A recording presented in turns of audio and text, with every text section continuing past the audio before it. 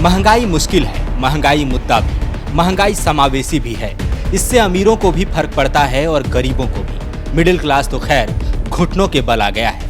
ऐसे में जबकि चर्चा आम है कि महंगाई अपने चरम पर है, देश की सबसे पुरानी राजनीतिक पार्टी ने आखिरकार इसे मुद्दा बनाने का फैसला किया है, क्योंकि कांग्रेस को लगता है कि ये सत्ता तक पहुंचने का सुनहरा अवसर हो सकता है। ईडी की कार्रवाई के खिलाफ देशव्यापी प्रदर्शन से लेकर राजनीतिक आक्षेपों के बाद आखिरकार शायद कांग्रेस ये समझ गई है कि जनता से जुड़ना है तो महंगाई को जन मुद्दा बनाना होगा। कांग्रेस इस दिशा में भारत जोड़ो यात्रा तक निकाल रही है, जिसमें महंगाई पर भी बात होगी। दरअसल भारत के राजनीतिक और चुनावी इतिहास को देखें तो महंगाई ने कई बार निर्णायक भूमिका निभाई है।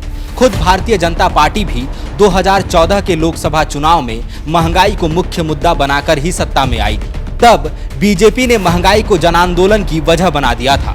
तब भी महंगाई ऐसा मुद्दा था जिसके सहारे बीजेपी ने नरेंद्र मोदी की अगुवाई में 2014 के लोकसभा चुनाव में प्रचंड जीत का परचम लहराया था। तब बीजेपी के पीएम कैंडिडेट रहे नरेंद्र मोदी के भाषणों को याद कीजिए। लाखों की संख्या में उमड़ी भीड़ के सामने उन्होंने कभी रुपए की गिरती वैल्यू की तुलना तत्कालीन प्रधानमंत्री की उम्र से कर दी, तो कभी रसोई गैस और कच्चे तेल की कीमतों को लेकर जनता से ही सवाल पूछवा दिया। तब बीजेपी ने लोगों को यकीन दिला दिया था कि अच्छे दिन बस आने ही वाले हैं। अब महंगाई नाम का चुनावी ब्रह्मास्त्र कांग्रेस के तर्कस में है। बस देखना यह है कि भारत की सबसे पुरानी पॉलिटिकल पार्टी इसका इस्तेमाल कैसे कर पाती है। गौरतलब है कि न केवल 2014 बल्कि इससे पहले भी कई बार महंगाई की वजह से सरकारें बनी और गिरी हैं। ऐसा भी नहीं कि सभी चीजों का दाम बढ़ना ही महंगाई की परिभाषा रही हो, बल्कि कभी प्याज की बढ़ी कीमतों की वजह से तत्कालीन सरकार को आंसू बहाने पड़े, तो कभी पेट्रोल डीजल की बढ़ी कीमतों ने किसी की ताजपोशी में मदद की। सवाल बस इतना था कि कौन महंगाई को हथियार बनाकर तत्कालीन सरकार पर हमला बोल सकता है। सवाल बस इतना है कि कौन महंगाई को भुनाकर उसे वोट में तब्दील कर सकता है। कांग्रेस इसे लेकर फिलहाल 50-50 वाली स्थिति में है। दरअसल जब भी चुनावी मौसम आता है, महंगाई जैसे मुद्दे को लेकर विपक्षी पार्टियां खुद को न केवल गरीबों का पैरोकार बताने लगती है, बल्कि नेता खुद को भी सबसे गरीब साबित करने में तुल जाते हैं। इस दौरान उनका जोर इस बात पर भी रहता है कि मौजूदा सरकार अमीरों की है, उनका गरीब जनता से कोई लेना देना नहीं। वे जनता को केवल उनकी मुश्किलें ही नहीं बताते, बल्कि ये भी समझाने का प्रयास करते हैं कि महंगाई ने उनका भी हाल बेहाल किया है। 2014 के पहले भारतीय जनता पार्टी ने ऐसा किया और अब कांग्रेस प्रयास कर रही है। बीजेपी ने तो महंगाई के मुद्दे को वोट में तब्दील किया था, लेकिन सियासी जानकारों का मानना है कि कांग्रेस के हाथ इस मामले में अभी तक खाली हैं।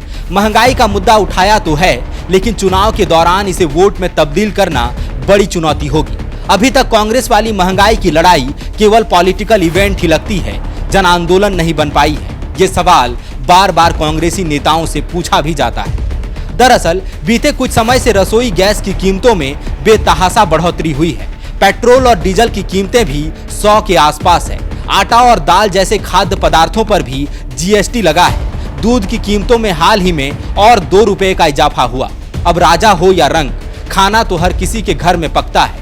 पेट्रोल डीजल महंगा होता है तो उसका भी असर लाजमी है। जब चीजें महंगी होती हैं तो जेब पर बोझ चौतरफा पड़ता है। बच्चों की पढ़ाई है, बुजुर्गों की दवाई है, रेस्टोरेंट का खाना है और फैमिली को पिक्चर भी दिखाना है। आटा, दाल, चावल, सब्जी, तेल और मसालों का क्या ही विकल्प होगा।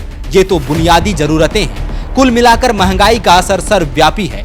ऐसे में कांग्रेस पार्टी ने तय किया है कि यदि महंगाई को मुद्दा बनाकर सड़कों पर उतरा जाए, महंगाई के खिलाफ लड़ाई चाहे वो रैलियों में ही क्यों ना हो, उसे मुहिम बना दिया जाए, तो शायद चुनावी बैतरनी को पार किया जा सकता है। यही वजह है कि आजकल हर कांग्रेसी की जुबान से महंगाई शब्द ही सुनाई पड़ता है। दरअसल बीते कुछ समय से कांग्रेस पार्टी ने देश भर में मुहिम छेड़ रखी है। इसे नाम दिया है महंगाई पर चर्चा।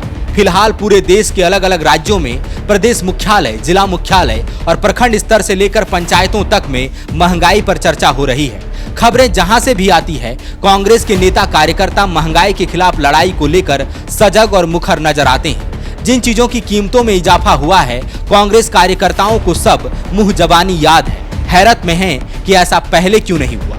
मंगलवार को झारखंड प्रदेश कार्यालय में प्रदेश अध्यक्ष राजेश ठाकुर सहित कई शीर्ष नेताओं, विधायकों और मंत्रियों की मौजूदगी में महंगाई पर चर्चा हुई। इस सिलसिले में कांग्रेस ओबीसी मोर्चा के राष्ट्रीय अध्यक्ष कैप्टन अजय यादव रांची पहुंचे थे। उन्होंने स्थानीय नेताओं को प्रशिक्षण भी दिया कि मुद्दे को उठाना कैसे है। कांग्रेस ने कहा कि हमारी सरकार से मौजूदा केंद्र सरकार के शासनकाल की तुलना करें तो एलपीजी गैस 410 की जगह 1053 रुपए का मिल रहा है। पेट्रोल 71 की जगह 100 रुपए का हो गया है। डीजल 57 रुपए से बढ़कर 95 रुपए प्रति लीटर मिल रहा है। सरसों का तेल जहां 90 रुपए का आता था अब 200 रुपए का आ रहा है। कभी आटा 12 रुपए प्रति किलो था, अब 34 रुपए से लेकर 40 रुपए प्रति किलो बिक रहा है। ये तो नाइंसाफी है। रोजगार है नहीं, आमदनी गिरी है, खर्च कहां से करेंगे और खाएंगे क्या? लड़ाई तो लड़नी ही होगी। 28 अगस्त को दिल्ली में महंगाई के खिलाफ सोनिया गांधी की अगुवाई में हल्ला बोल महारैली होने वाली है, जिसमें देश भर से बड़ी संख्या में कांग्रेसी जुटेंगे।